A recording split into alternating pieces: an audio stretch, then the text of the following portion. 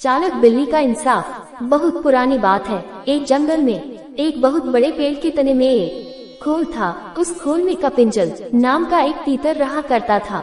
हर रोज वह खाना ढूंढने खेतों में जाया करता था और शाम तक लौट आता था। एक दिन खाना ढूंढते ढूंढते कपिंजल अपने दोस्तों के साथ दूर किसी खेत में निकल गया और शाम को नहीं लौटा।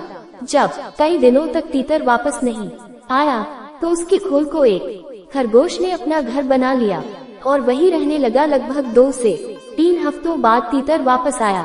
खा खाकर वह बहुत मोटा हो गया था और लंबे सफर के कारण बहुत थक भी गया था। लौटकर उसने देखा कि उसके घर में खरगोश रह रहा है। ये देखकर उसे बहुत गुस्सा आ गया और उसने झल्लाकर खरगोश से कहा, ये मेरा घर है, निकलो यहाँ से। तीतर को इस तरह चिल्लाते हुए देख खरगोश को भी गुस्सा आ गया और उसने कहा, कैसा घर?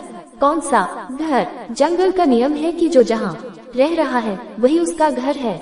तुम यहाँ रहते थे लेकिन अब यहाँ मैं रहता हूँ और इसलिए यह मेरा घर है। इस तरह दोनों के बीच बहस शुरू हो गई।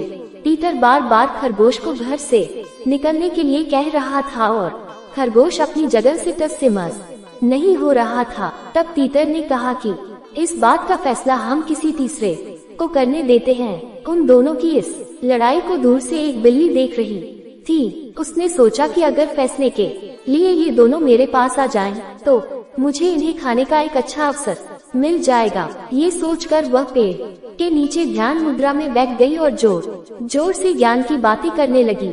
उसकी बातों को सुनकर तीतर और खरगोश ने बोला कि यह कोई ज्ञानी लगती है और हमें फैसले के लिए इसके ही पास जाना चाहिए। उन दोनों ने दूर से बिल्ली से कहा, बिल्ली मौसी, तुम समझदार लगती हो, हमारी मदद करो और जो भी दोषी होगा उसे तुम खा लेना। उनकी बात सुनकर बिल्ली ने कहा, अब मैंने हिंसा का रास्ता छोड़ दिया है, लेकिन मैं तुम्हारी मदद जरूर करूंगी। समस्या यह है कि मैं अब बूढ़ी हो गई हूँ और इतने दूर से मुझे कुछ सुनाई नहीं दे रहा है। क्या तुम दोनों मेरे पास आ सकते हो? उन दोनों ने बिल्ली की बात पर भरोसा कर लिया और उसके पास चले गए। जैसे ही वो उसके पास गए, बिल्ली ने तुरंत पंजा मारा और एक ही झपटे में दोनों को मार डाला। कहानी से सीख। इस कहानी से हमें ये सीख मिलती है कि हमें झगड़ा नहीं करना चाहिए और अगर झगड़ा हो भी जाए तो किसी तीसरे को बीच में आने नहीं देना चाहिए। अगर आपको हमारी ये स्टोरी पसंद आई हो तो प्लीज लाइक और सब्सक्राइब कर दे। हमारी ये कहानी सुनने के लिए शुक्रिया।